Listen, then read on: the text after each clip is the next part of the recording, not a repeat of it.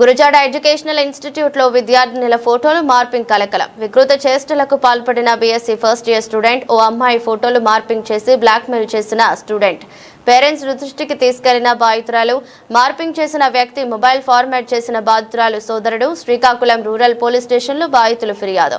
Morphing చేసిన student కి TC ఇచ్చి పంపించేసిన ప్రిన్సిపల్, ఆ స్టూడెంట్ కి సన్నిహితంగా ఉన్న మరో నలుగురిని పంపించేసిన ప్రిన్సిపల్, మార్పింగ్ కి పాల్పడిన స్టూడెంట్ పై కేసు నమోదు.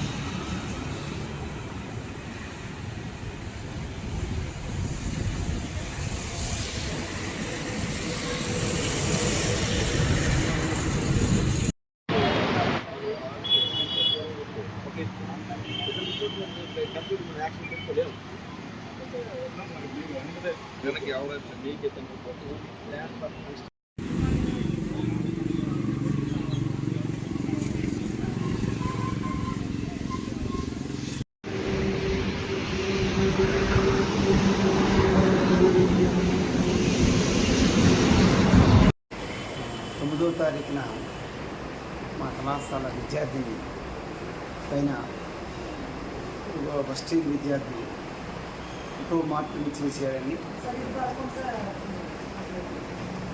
ఫోటో మార్పితే వాళ్ళ తల్లిదండ్రులు తెలియజేస్తే ఆ తల్లిదండ్రులు నేరుగా ఆ అబ్బాయి వాళ్ళ ఇంటికి వెళ్ళి ఫోన్ని కలెక్ట్ చేసి నా దగ్గర నేరుగా రావడం జరిగింది.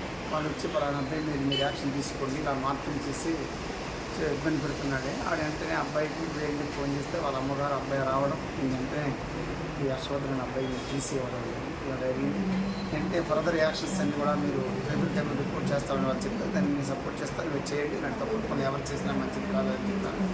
అదే సార్ దీన్ని సున్నితమైన విషయం కాబట్టి దీన్ని స్మూత్గా చేయండి అని వాళ్ళు కూడా నాకు చెప్తే నేను స్మూత్గా వాళ్ళు సైబర్ సెక్యూరిటీ ఇస్తారు కదా, రిమైనింగ్ వర్క్ నేను వాళ్ళకి చేసి పెడతానని మాట ఇచ్చాను.